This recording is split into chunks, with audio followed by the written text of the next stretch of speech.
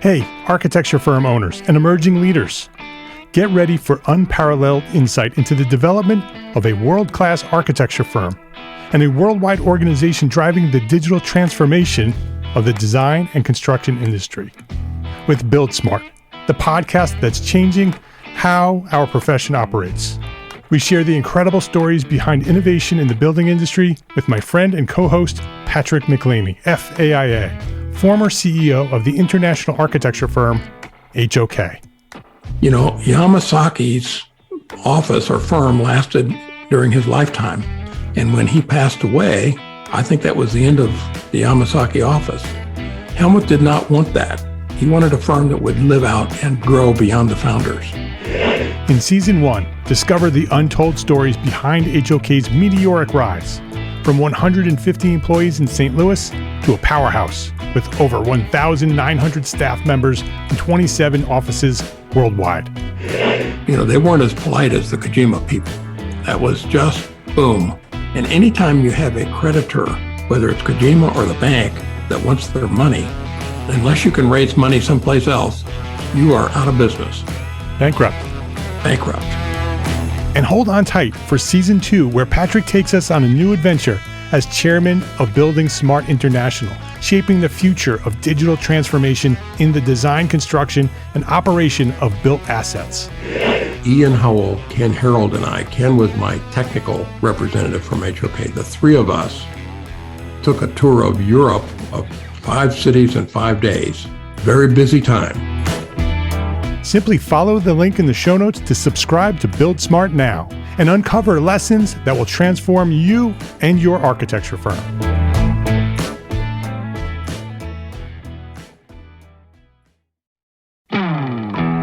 Hey, architecture firm owners and emerging leaders. Get ready for unparalleled insight into the development of a world-class architecture firm and a worldwide organization driving the digital transformation of the design and construction industry. With Build Smart, the podcast that's changing how our profession operates. We share the incredible stories behind innovation in the building industry with my friend and co-host, Patrick McLeamy, FAIA, former CEO of the international architecture firm, HOK. You know, Yamasaki's office or firm lasted during his lifetime. And when he passed away, I think that was the end of the Yamasaki office. Helmut did not want that. He wanted a firm that would live out and grow beyond the founders. In Season 1, discover the untold stories behind HOK's meteoric rise, from 150 employees in St. Louis to a powerhouse with over 1,900 staff members and 27 offices worldwide. You know, they weren't as polite as the Kojima people. That was just boom. And anytime you have a creditor, whether it's Kojima or the bank, that wants their money, unless you can raise money someplace else, you are out of business. Bankrupt. And hold on tight for Season 2, where Patrick takes us on a new adventure as chairman of Building Smart International, shaping the future of digital transformation in the design, construction, and operation of built assets. Ian Howell, Ken Harold, and I, Ken was my technical representative from HOK. The three of us took a tour of Europe of 5 cities in 5 days. Very busy time. Simply follow the link in the show notes to subscribe to Build Smart now and uncover lessons that will transform you and your architecture firm.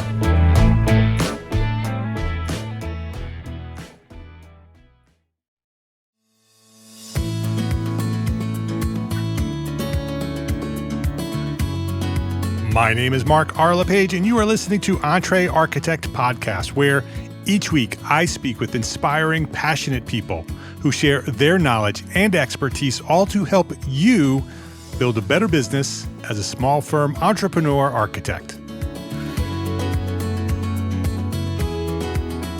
Today at Entre Architect Podcast, I'm excited to introduce Ryan Sullivan, the visionary behind Off the Beaten Path Financial.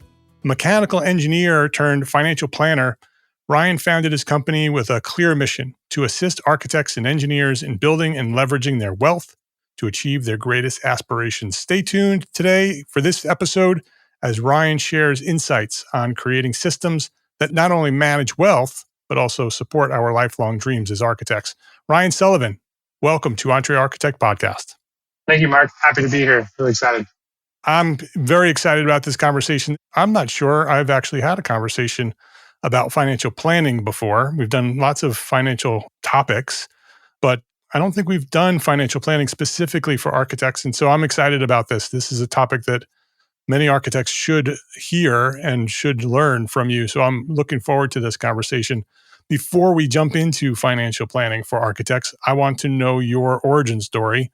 I want to know your whole story. So when did you discover your passion for what you do, and who and what inspired you to get started? Yeah, great question. I think it probably started in high school. We had that stock market game. I think a lot of people got exposed to that in the early years. And so the assignment was you had some like play money and then you had to pick some stocks and then you kind of like saw how that did. And they don't really teach you much about how that really works or what any of that really means. But for whatever reason, that kind of intrigued me. And so I think that was kind of a really key initial point for me.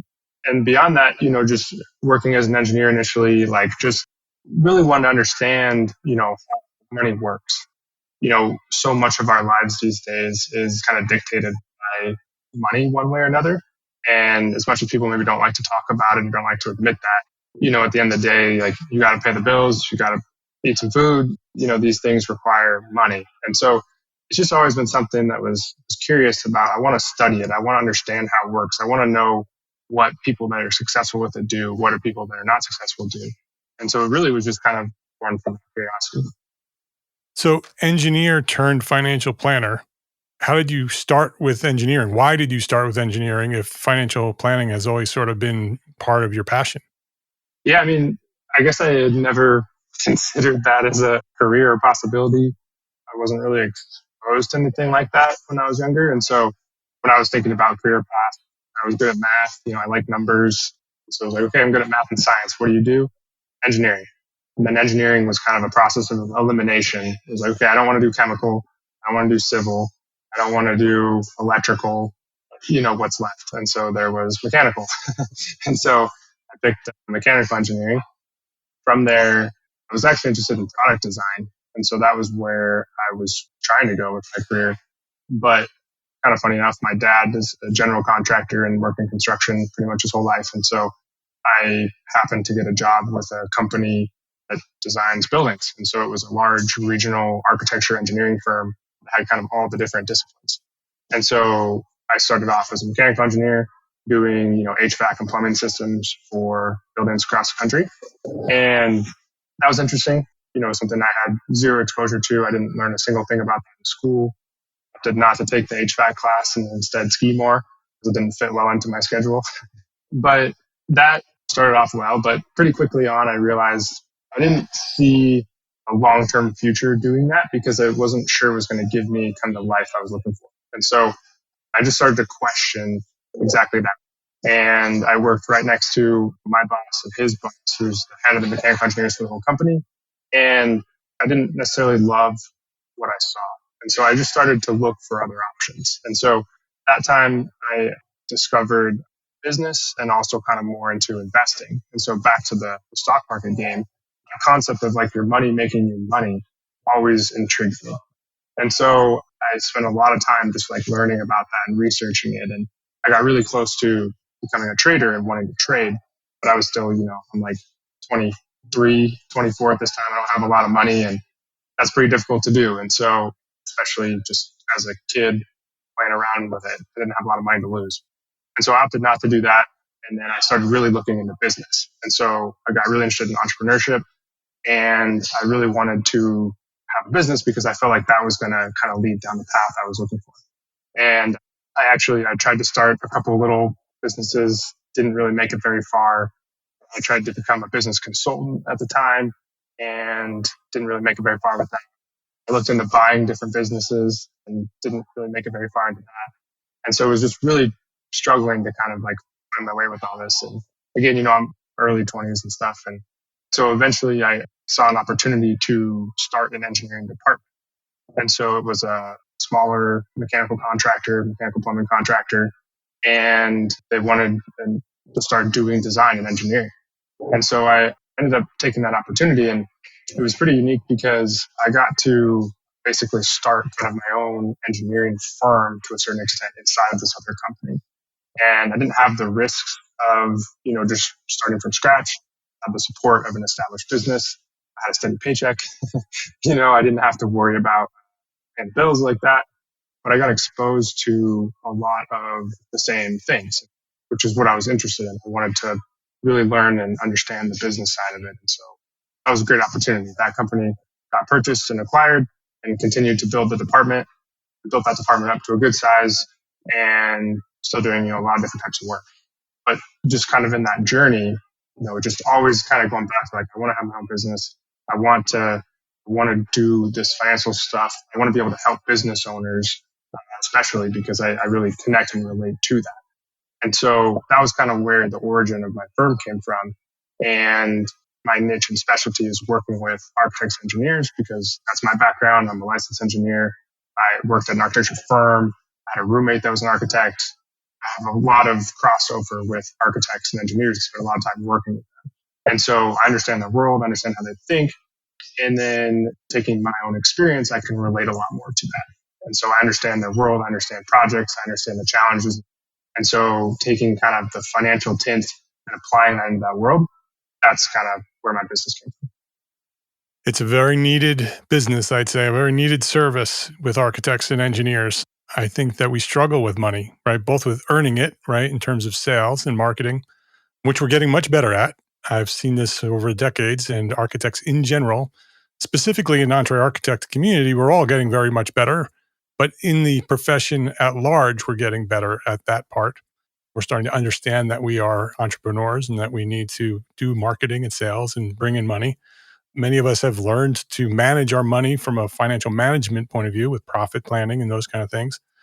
But I don't know how many of us are really focused on planning our personal finances and the investment side of our business finances.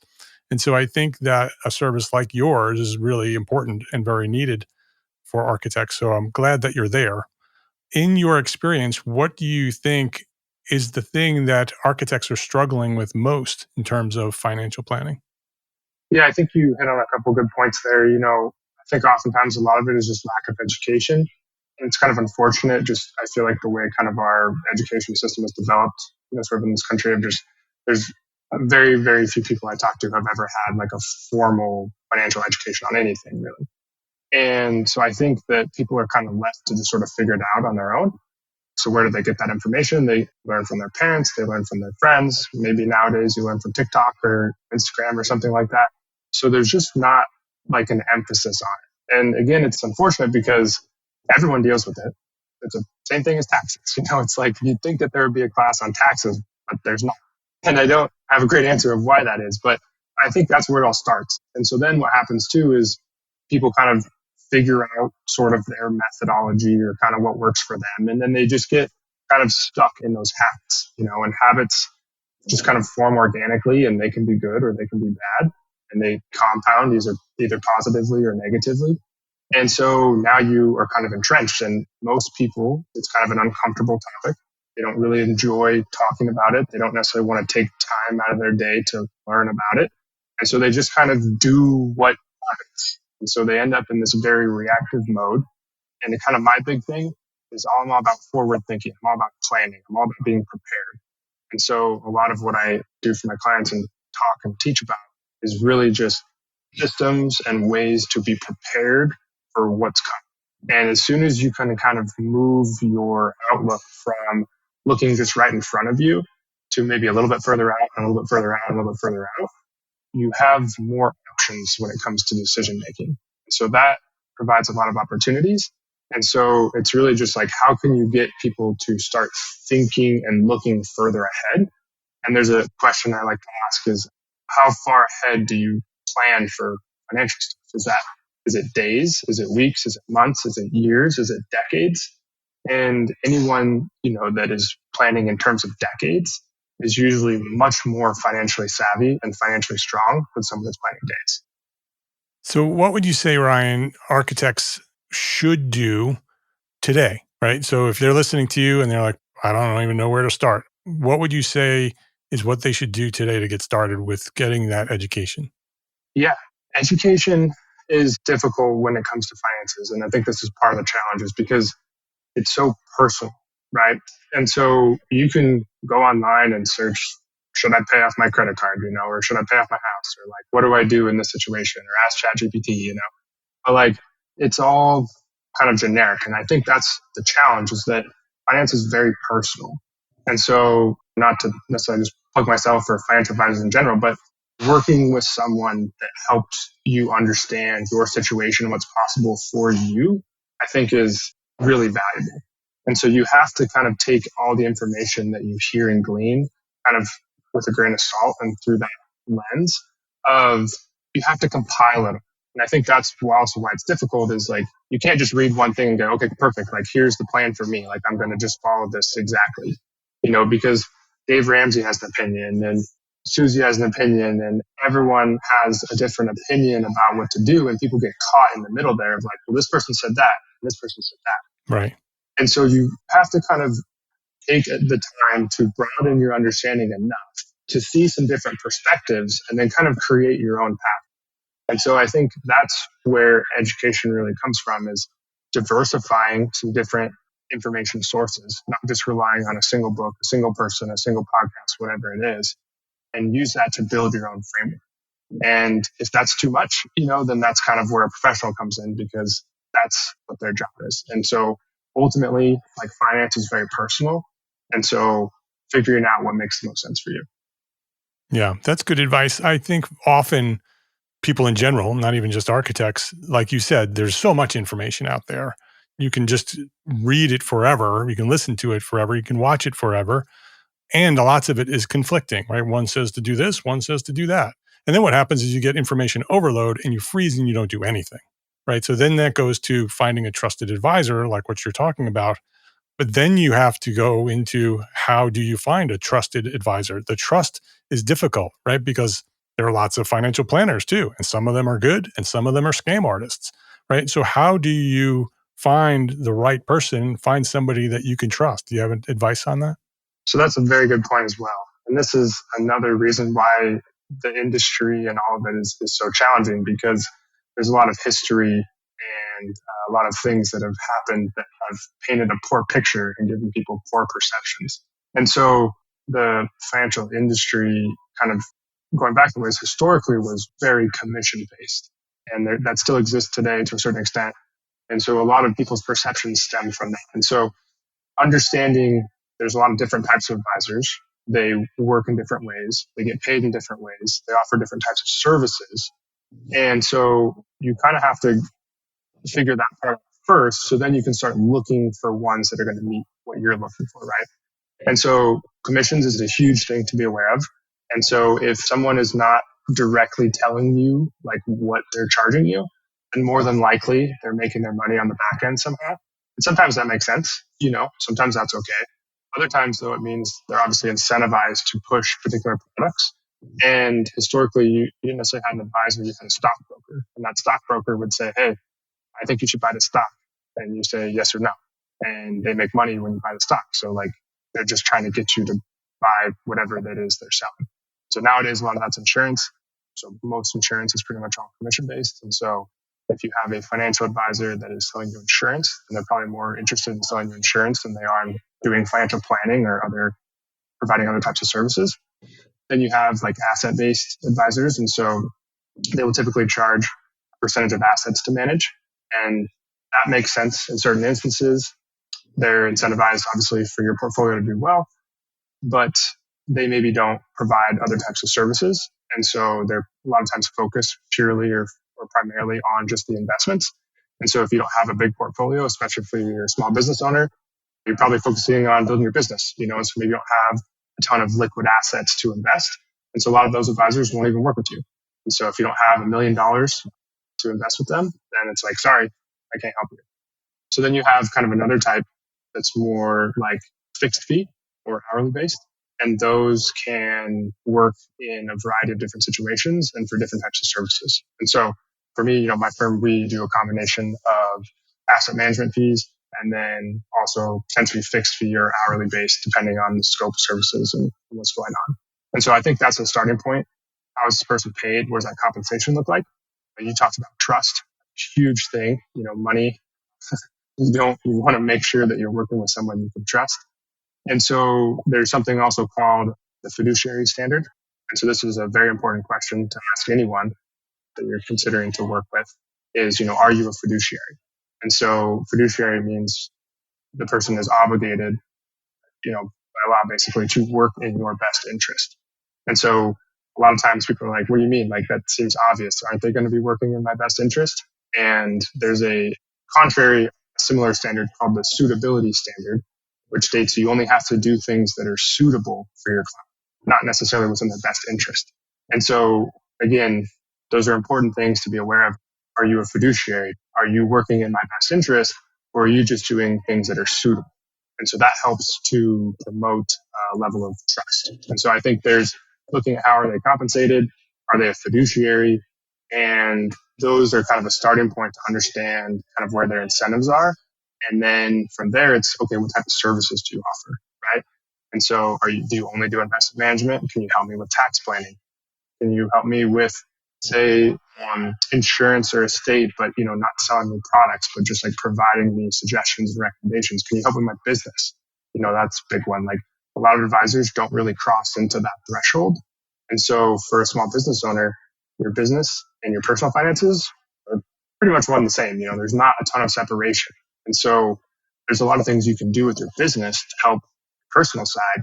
And if you have an advisor that's just only focused on the personal, then they might be missing opportunities for you.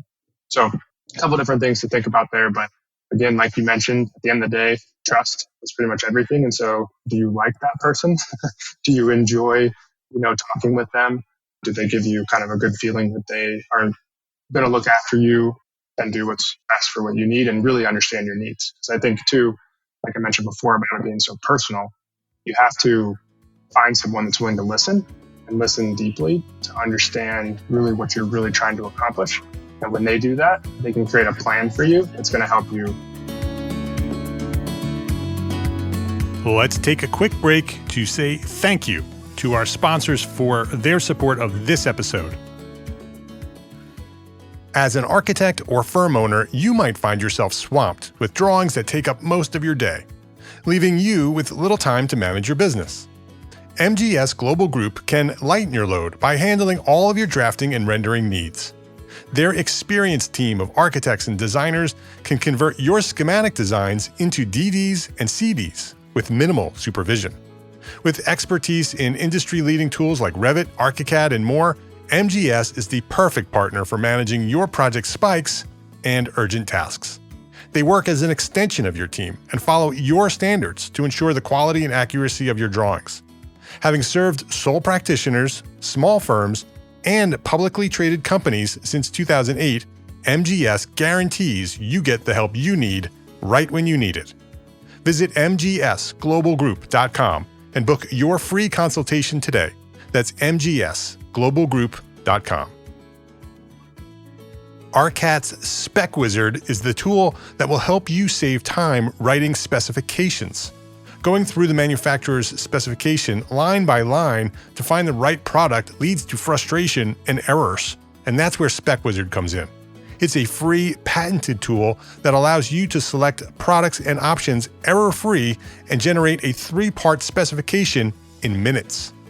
Go to arcat.com, that's ARCAT.com, and try Spec Wizard today. Please visit our sponsors today and thank them. Thank them for supporting you, the EntreArchitect community.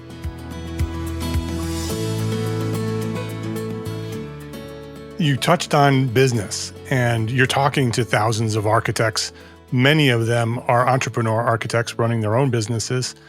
What are the things that we should be aware of as business owners in terms of the business and how it interacts with our personal finances, and maybe provide some tips on how this community can best manage their money like that?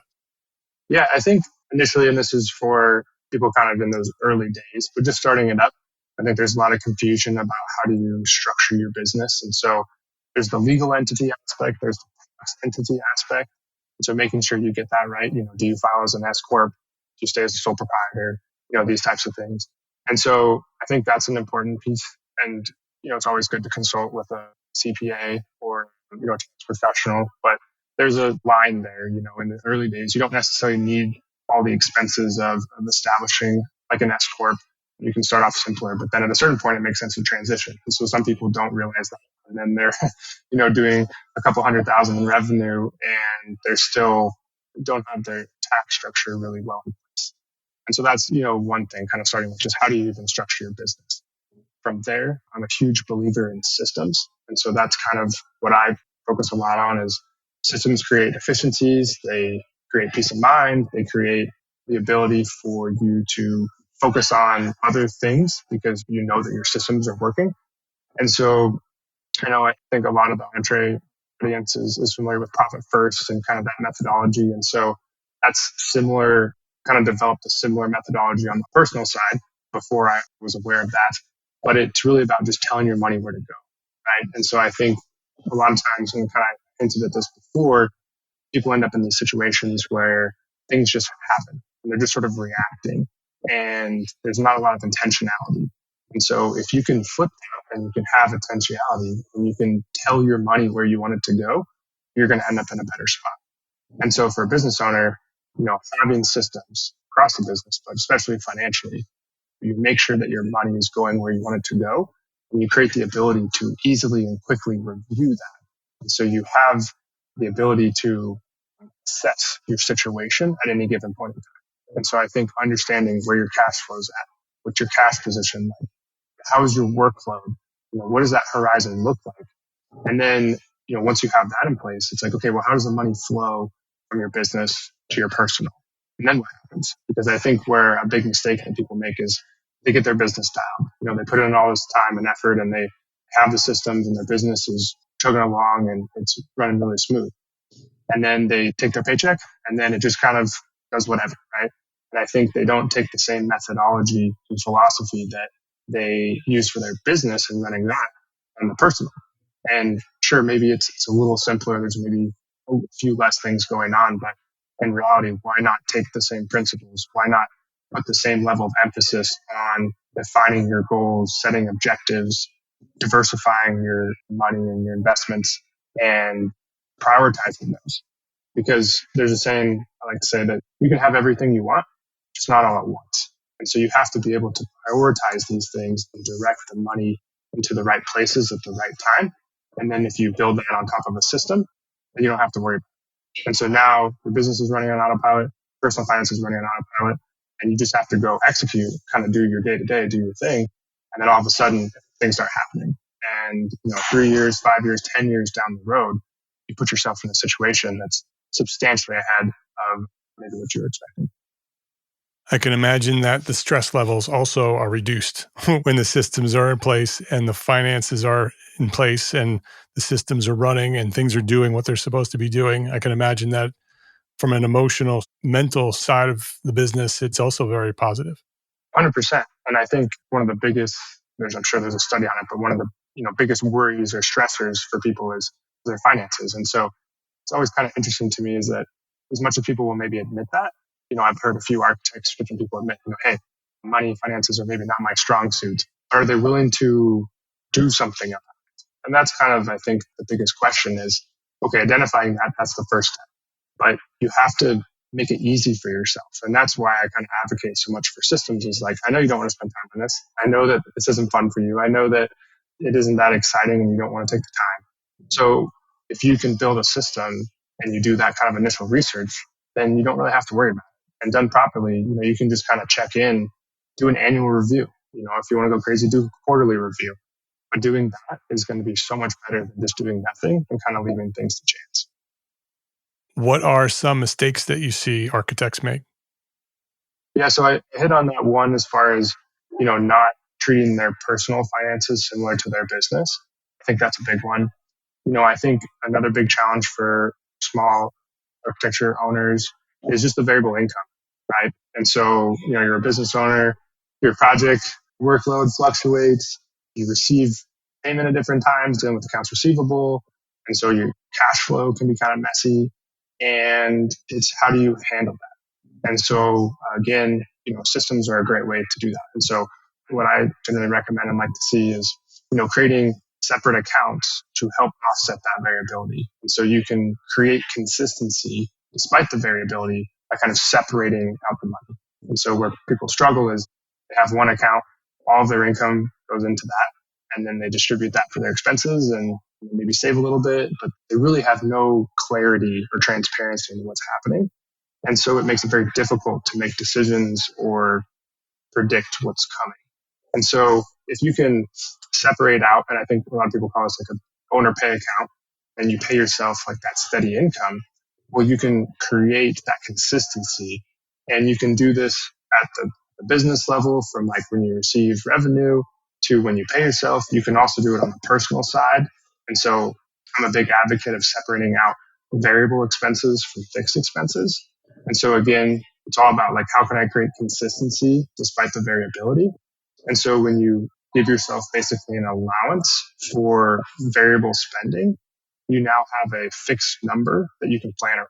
And so there's always adjustments to these plans, and there's back ends and ways kind of around it if situations arise. But the point is that you have kind of dedicated money for specific roles, and therefore it's all accounted for. And it goes back to that intentionality and how do you direct your money to the right places and not just leave it to chance. Because if you leave your money to chance, it will find somewhere to go, and chances are it maybe isn't aligned with your goals. So that's a big one I see. The other thing I see a lot too, especially for small firm owners, is not planning for an exit. I think a lot of times your business is highly based around yourself. You're the main person or maybe the only person, and so you don't think that there's necessarily a ton of value there. But one of the big advantages to starting your own business is that you're not just trading your time for income. You're ultimately building something that has a value, and so you can turn around and sell that at some point in time.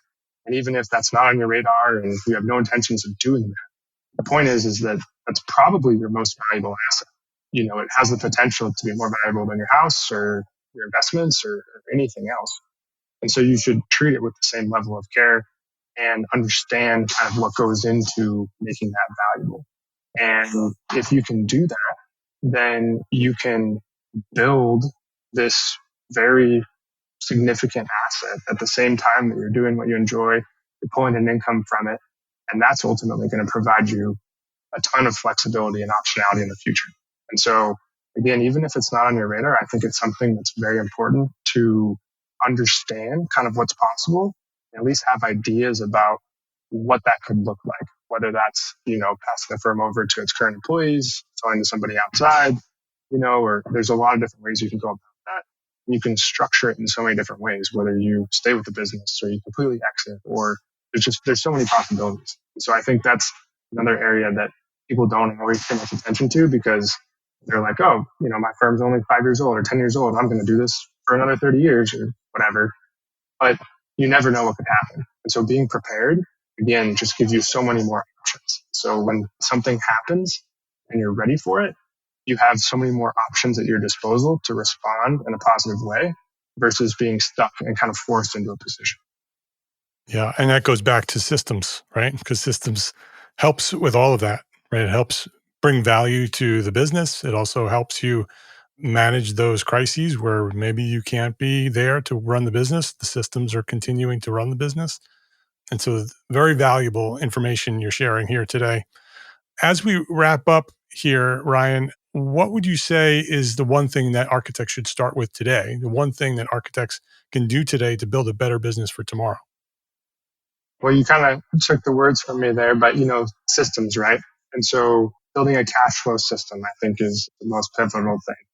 Giving every money an objective and a use by date. And I think that's the other key parts is like, when are you going to use this? Because some people too, they get in a situation where maybe they're a really strong saver.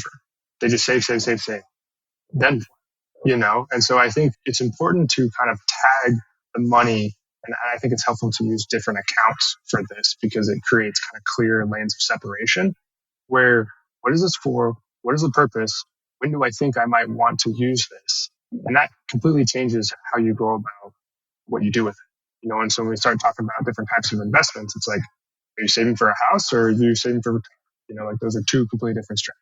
Are you planning on doing this in the next 3 years or the next 30 years? Like those are very different. And those are somewhat on the extreme, but even more intermediate, it's very helpful to understand what the objective is and what it's for. And so I think creating systems on the business side, as far as like kind of where your money flows, different accounts for different things, but then also on the personal side. And so again, big advocate of separating variable and fixed expenses, separating out different types of savings, different types of investments.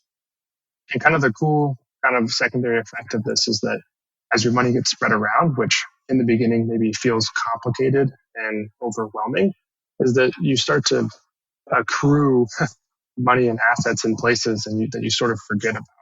And then all of a sudden, when you look at it all together, the number is much bigger than you thought. And so it doesn't take much. And so I think maybe I'll give you two things. One is the systems, but two is don't be afraid to start small, because starting small helps create the habit. And it's easier to go from 1 to 2 than it is to go from 0 to 1. And so I think a lot of people really struggle with like taking that first step, and that's getting off of 0. But if you can get off of 0 and you put $50 in an account or $20 a month in an account, it doesn't seem like much. But then when you start making more money and you have more options, you can increase that. And so that's what I kind of recommend is take the time, figure out what your system needs to be, figure out what your goals are, where do you want your money to go, create that, and then automate it, and do that in whatever size is reasonable for your current situation. And then over time, you can make those adjustments. All right. His name is Ryan Sullivan. The firm is called Off the Beaten Path Financial.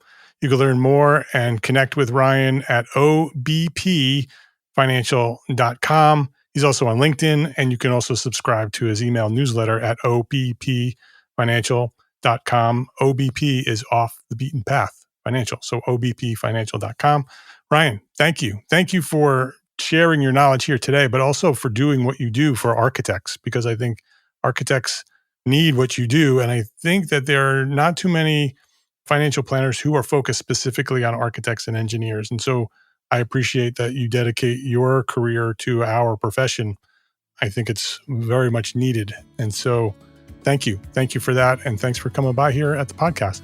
Thanks so much, Mark. Really appreciate the opportunity and love the show. So I appreciate what you're doing to help architects out there. Thank you. If you liked this episode of Entre Architect Podcast, please share a link to this episode with a friend. Either just click the share button or highlight the URL and send the link to this episode with a friend, because that's how Entre Architect has grown to serve thousands more architects just like you throughout the 10 plus years of Entre Architect. That's how we've grown, architect to architect. So I would love for you to share this episode and all the episodes with one friend every week. Would love that. And thank you to our sponsors for this episode. We don't have an episode if there's no sponsors. So thank you to our sponsors. Links to those sponsors, which you should go visit and click, and all the resources that we discussed today for this specific episode, they are all available at entrearchitect.com/podcast. Every episode that we've recorded is there, entrearchitect.com/podcast. Go click the links to the sponsors and say hello. Entre Architect is a member of the Gable Media Podcast Network. You should go visit that at gablemedia.com. That is the next evolution of interactive media and resources for the AEC community. You can now earn continuing education credits for listening to select episodes of this podcast, Entre Architect Podcast. Yes, AIA CEUs for listening to a podcast. It's there, and many other podcasts are there as well, and you can listen to all of them and get credit. Learn more about our program, Gable Members Program, at the gablemedia.com/members website. That's GABL media.com/members. And if you are a small firm architect, join us today at Entre Architect Network. That is the worldwide organization for small firm entrepreneur architects. If you own your own architecture firm, you are an entrepreneur architect. You are an Entre Architect. With weekly live group business coaching, we have business coaching there, monthly live business training with AIA CEUs, 2 a month, so 24 AIA credits per year, including 12 of those are HSWs. We have them in the membership. business resources, all the resources you need to run your business, special session webinars, mastermind groups, and a thriving community of small firm architects just like you. Hundreds of architects are there waiting for you to join. So we provide the support and encouragement you need to succeed as a small firm architect. I know that you haven't been trained as a business person when you launched your firm. That's what we do. Come learn how to run a business at Entre Architect Network. And today you can go join right now for free for 30 days at this link, entrearchitect.com/30 days will give you free 30 days for membership. Go check it out at entrearchitect.com/30 days, and I will see you there. Thank you for listening to this episode of Entre Architect Podcast. My name is Mark R. LePage, and I want you to remember 3 words: love, learn, share. Have a great day.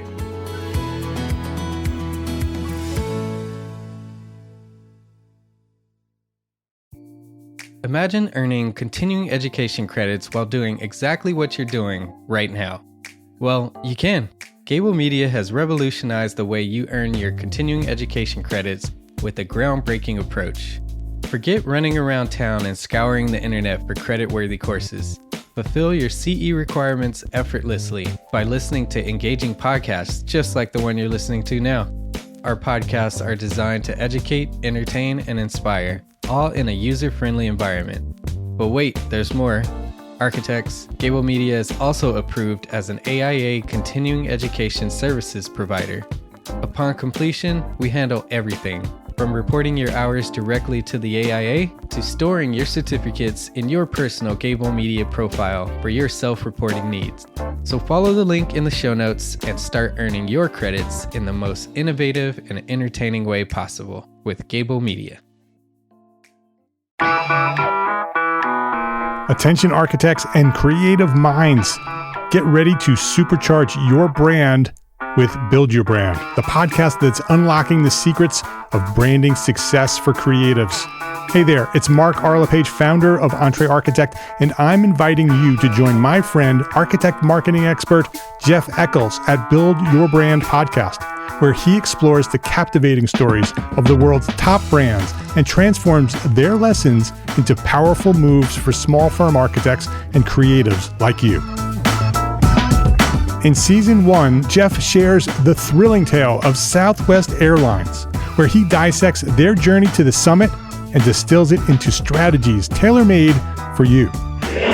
It's important to keep in mind that companies like Southwest compete in the real world, just like you, and face real-world challenges, just like you.